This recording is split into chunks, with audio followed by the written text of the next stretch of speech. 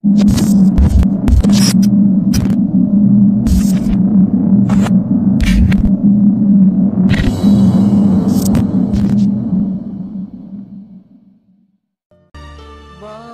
yugto ng sandali, halos di ko alam ang kinabubutan,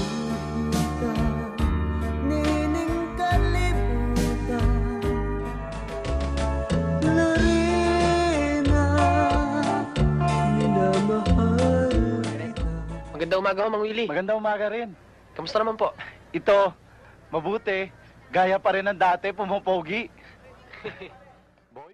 Natatandaan niyo pa ba ang kantang Bawal na Gamot?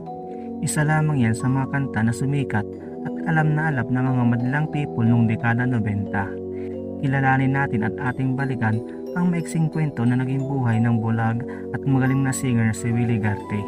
Siya ating kwentong sikat sa video na ito. Kung hilig mo ang ganitong klase mga video ay huwag kalimutan mag-subscribe at i-click na rin ang notification bell para lagi kayong updated sa susunod ko pang mga video. Kaya simulan na natin. Si Willie Garte ay isang Pilipinong mga awit at manunulat ng kanta na sumikat noong taong 1990.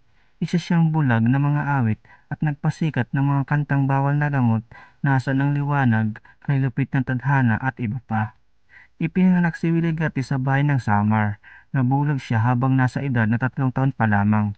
Kaugnay na pagkakaroon ng sakit na tigdas, bumuo siya ng isang banda sa Samar na nagtagal ng 10 taon at tinangkilik naman ng taga Samar Leyte at mga kalapit na bayan.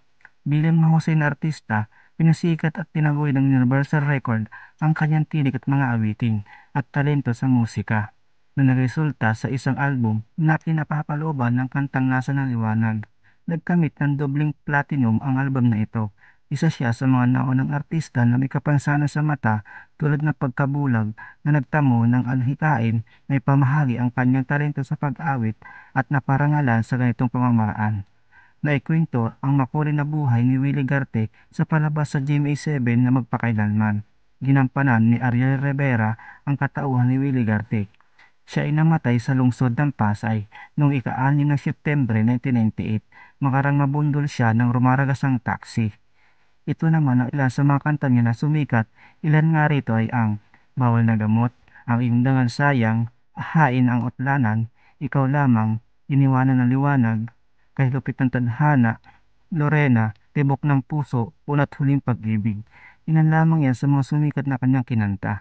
At iyan ang maiksing kwento na naging buhay ni Willie Garte. Kung nagustuhan ng aking video, huwag kalimutan mag-subscribe sa aking channel. Salamat! Bawat yugto ng sandali, halos di ko alam